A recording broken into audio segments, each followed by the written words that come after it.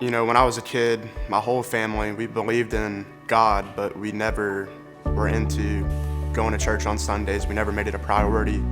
Every time we needed something or we wanted something, we would just say a little prayer to God, like, please give this to me. Like, I've been good, based on my performance. And that was the basis of my relationship with Him, asking Him to come through and being mad when He didn't.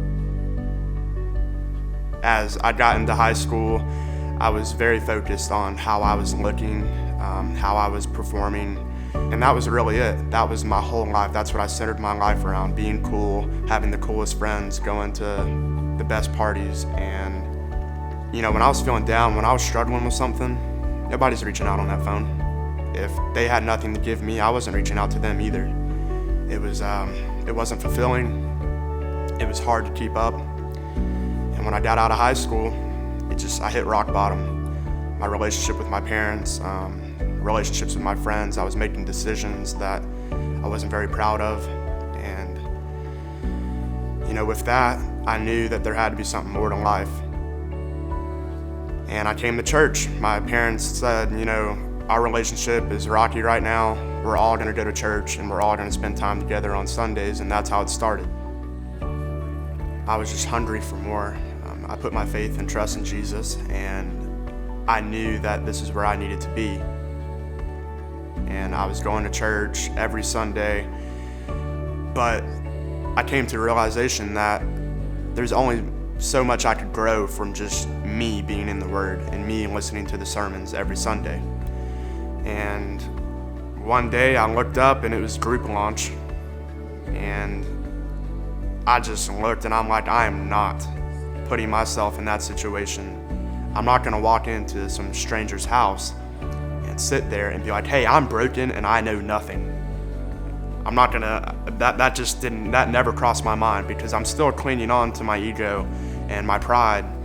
And I kept doing church on Sunday, reading once or twice a week, and I was just stunning my growth.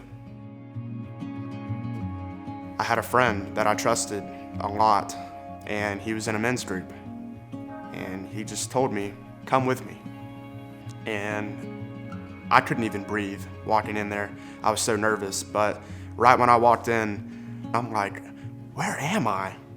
Like, is this really real right now? There's coffee in the corner being made, everyone's just chilling out. And right as I sat down, I felt right at home. I felt like I knew these guys for a very long time. And we sat there, and through my insecurity, I didn't say a word the whole time, but they didn't make me feel ashamed of that. And it was just, all it took was saying yes and taking that leap of faith. And this is exactly what I need, because these guys are praying over me. These guys are gonna hold me accountable. Just that trust and that accountability to just wanna build each other up was established right when I walked in the door. The past 2 years I've been in this men's group, I've found some forever friends, and it's funny because I am totally different than some of the guys in this group. There's guys that are in real estate. I'm a funeral director, landscaping, valet parking. We all can come together, and we all have the common goal of wanting to know Jesus.